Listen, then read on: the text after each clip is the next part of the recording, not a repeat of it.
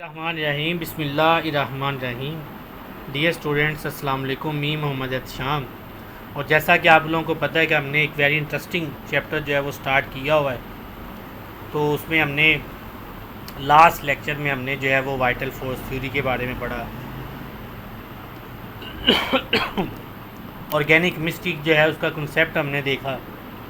तो आज हम जो है एक और इंटरेस्टिंग जो है वो टॉपिक पढ़ेंगे।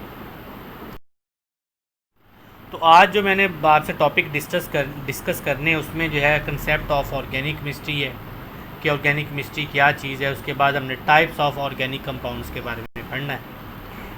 तो स्टार्ट कर दें कि और ये चीज़ एम रखें, मैं आपको छोटा सा फ़र्क बता दूं।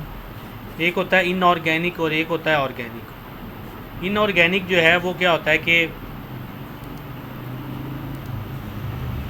ऑर्गेनिक, सबसे पहले ऑर्गेनिक की बात कर लें। ऑर्गेनिक क्या होता है? ऑर्गेनिक में कार्बन और हाइड्रोजन जो हैं ये असेंशियल जो है वो कंपोनेंट्स होते हैं, कंपाउंड्स होते हैं, इसलिए हम इनको हाइड्रोकार्बन्स भी कहते हैं। मतलब ऐसे कंपाउंड जिनमें हाइड्रोजन और कार्बन मस्ट होती है, और ऐसी केमिस्ट्री जिसमें हम क्या करते हैं, कार्बन, हाइड्रोजन और उसके जो डेरिवेटिव्स होते हैं उनको क्या करते हैं, स्टडी करते हैं।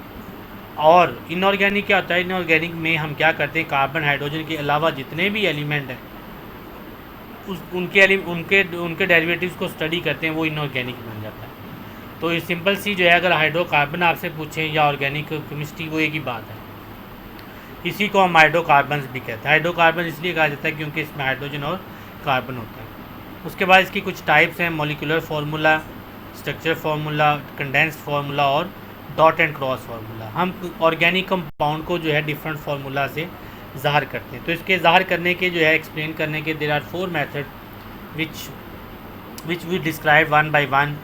तो इसमें molecular formula, structure formula, condensed formula, dot and cross formula. सब first one, molecular formula. Molecular formula जो है, ये चीज़ें में रखें कि इसमें क्या होता है, इसमें हम जितने नंबर ऑफ़ जो है वो एटम्स होते हैं हम उसको जो है रिप्रेजेंट कर देते हैं। जैसे लेट्स सपोज के C4H10 लिखा होगा, तो ये इसका मॉलिक्यूलर फार्मूला है। इसमें अगर आप देखें तो 4 कार्बन के एटम हैं और उसके बाद 10 जो हैं वो हाइड्रोजन के जो हैं वो एटम्स हैं। तो ये जो है ये इसका मॉलिक्यूलर फार्मूला है। ठीक है, तो मॉलिक्यूलर फार्मूला जो है ये एक्चुअल नंबर ऑफ़ एटम्स के ऊपर ही जो है वो बेस करता है।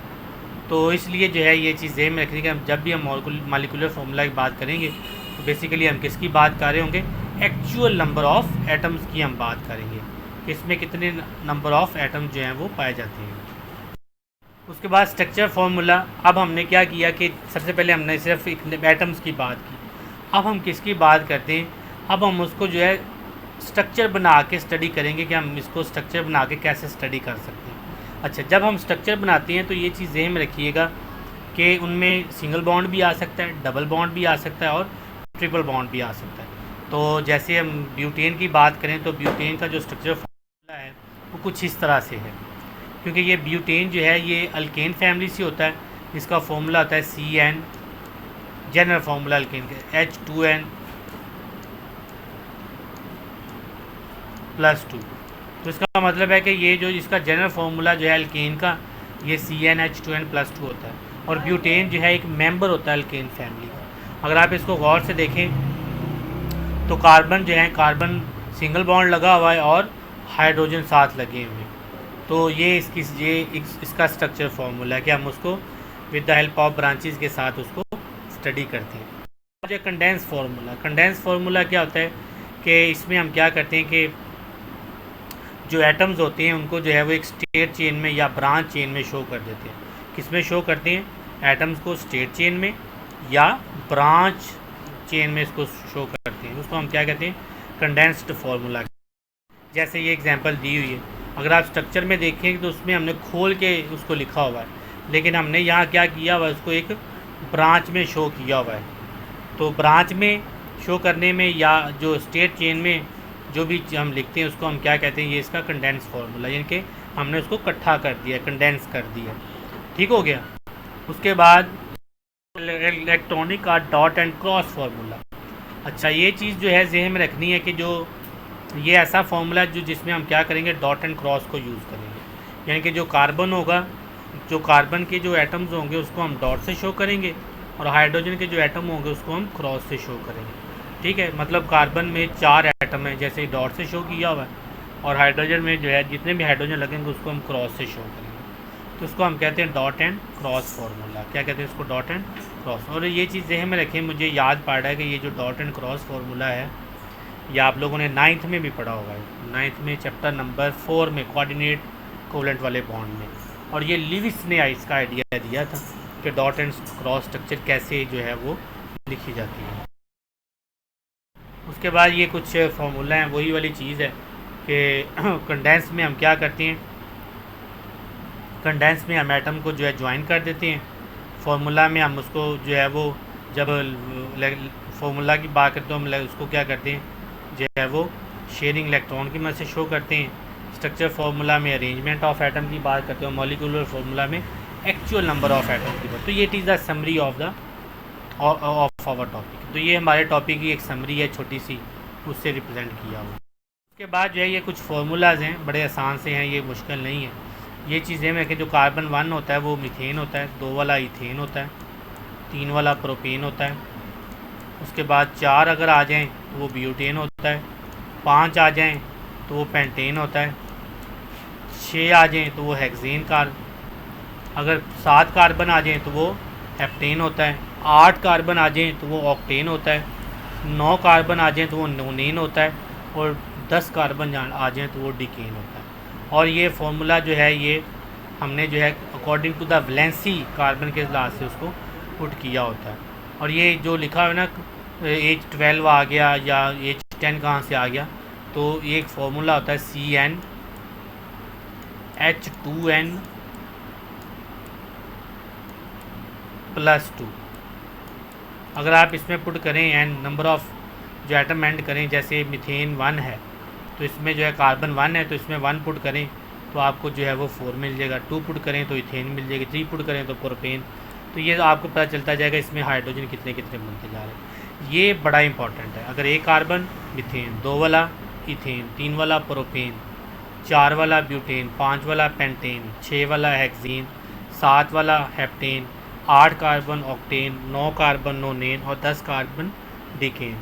तो उसमें जो है फिर with the help of this formula जो साइड पे ये लिखा हुआ है CnH2n+2 we can also find the number of hydrogen present in these formulas. तो इनमें जो हाइड्रोजन प्रेजेंट होते हैं वो भी हम इजीली फाइंड कर सकते हैं with the help of this formula. उसके बाद classification of organic compound. Organic compound की क्लासिफिकेशन है तो सबसे पहले तो 2 ही तरह से होता है, या तो हम कार्बन को ओपन कर सकते हैं या क्लोज़ कर सकते हैं। यानी कि जब भी हम किसी चीज़ को स्टडी करते हैं या तो वो ओपन होगा तो या क्या होगा वो क्लोज़ होगा। तो सबसे पहले हम इसकी ओपन चेन या एसाइक्लिक कंपाउंड भी कहते हैं। ओपन चेन की आगे जो है वो ओपन चेन में क्या होता है कि सारे कार्बन जो हैं वो एंड टू एंड मिले होते हैं और एक दूसरे के साथ ज्वाइन नहीं किए, यानी कि सिंगल बॉन्ड बना के ज्वाइन किया होता है, एक स्ट्रेट चेन में आ जाते हैं जैसा नज़र भी आ रहा है। ये ओपन चेन है, क्योंकि अगर आप इसमें देखें तो इसको जो है वो ये ओपन है, इधर से भी ओपन है ये, और ये ओपन है। तो इसमें जो है इसकी ओपन चेन की जो है वो आगे 2 हैं कि अगर स्ट्रेट चेन आ जाए तो स्ट्रेट चेन में आप ये चीज़ें में रखें, या तो हमारे सब पास क्या आएगा कि डबल बॉन्ड लगा होगा या उसमें ट्रिपल बॉन्ड लगा होगा। क्या करते हैं, कोई जो हमारे पास कंपाउंड्स होता है वो ब्रांच बन जाती है। क्या बन जाती है? वो ब्रांच बन जाती है। मतलब लेट्स सपोज करें अगर मैं ब्यूटेन लिखा हूँ ये 4 कार्बन लिख दिए मैंने,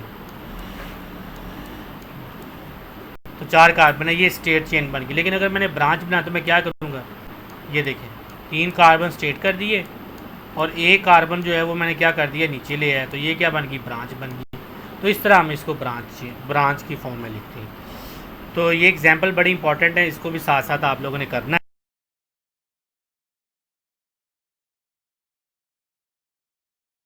उसके बाद क्लोज चेन की बात करें तो क्लोज चेन जो है वो इसमें क्या होता है, इसमें पूरे कार्बन जो हैं वो इकट्ठे मिले होते हैं। इसकी 2 टाइप्स होती हैं, होमोसाइक्लिक और हेट्रोसाइक्लिक। होमोसाइक्लिक जो है उसमें क्या होता है कि इसमें सेम नंबर ऑफ जो है वो कार्बन एटम, मतलब उसमें सारे कार्बन एटम ही होते हैं और साथ हाइड्रोजन वगैरह होते हैं। तो ये जो है होमोसाइक्लिक होता है, यानी कि जितने भी जो क्लोज बनाएंगे हम स्ट्रक्चर को, सपोज करें कि ये कार्बन है, ये भी कार्बन है, उसके बाद ये भी कार्बन है। तो ये सारे जो हैं जब ये स्ट्रक्चर बन रहा है तो ये सारे आप देखें कार्बन ही है इनके दरमियान, ये सारे कार्बन हैं, ठीक है। तो ये क्लोज है। इसके लिए जो है आगे दो टाइप्स हैं इसकी, एरोमेटिक कंपाउंड और alicyclic compound. Aromatic compound very simple है, ऐसा कंपाउंड जिसमें बेंजीन रिंग मस्ट आती है, जिसमें क्या होती है, बेंजीन रिंग मस्ट होती है। और बेंजीन रिंग में ये चीज़ ज़हन में रखिएगा 6 कार्बन होते हैं और अल्टरनेट डबल बॉन्ड होता है। यानी कि सपोज करें कि जो है इस तरह मैं आपको बता देता हूँ। वैसे भी एरोमेटिक कंपाउंड इसलिए कहते हैं क्योंकि जो इसको देखें तो ये वर्ड अरोमा से निकला है। अरोमा जो है ये, इसको हम फ्रेगरेंस बोलते हैं, मतलब इनकी खुशबू होती है। तो एरोमेटिक कंपाउंड्स को एरोमेटिक क्यों कहते हैं, क्योंकि ये जो है अरोमा से निकला है वर्ड। अरोमा का मतलब क्या होता है, खुशबू।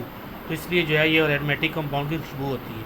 अब हम बात करते हैं बेंजीन। बेंजीन में 6 कार्बन, 1 2 3 4 5 और ये 6। तो ये कार्बन इसके साथ ऐसे मिले होते हैं। और alternate bond single double single double single और ये डबल, तो अल्टरनेट बॉन्ड होते हैं। और इसको जो है ये ऐसे भी लिख सकते हैं कि ये जो लिखा हुआ है कि इसके दरमियान में जो अल्टरनेटिंग डबल बॉन्ड, मतलब एक सिंगल है दूसरा डबल है, फिर सिंगल है फिर डबल, तो इस तरह जो है ये बॉन्ड बने होते हैं। ये इसकी स्ट्रक्चर आपको नज़र भी आ रही होगी।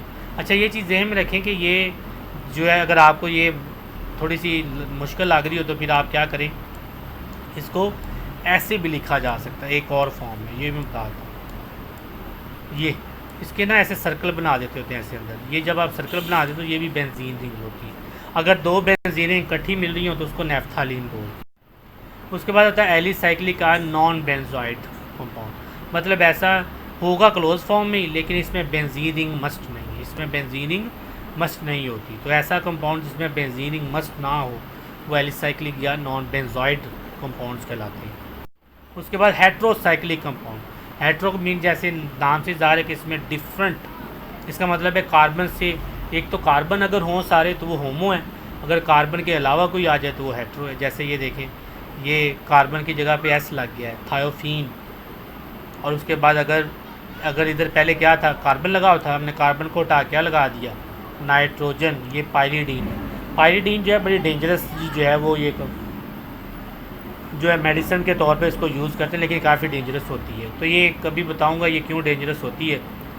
तो ये कुछ आइडियाज़ थे, आप लोगों ने इसको अच्छे से करना है। अपना बहुत सारा ख्याल रखिएगा, दुआओं में याद रखिएगा। अल्लाह ने के मान।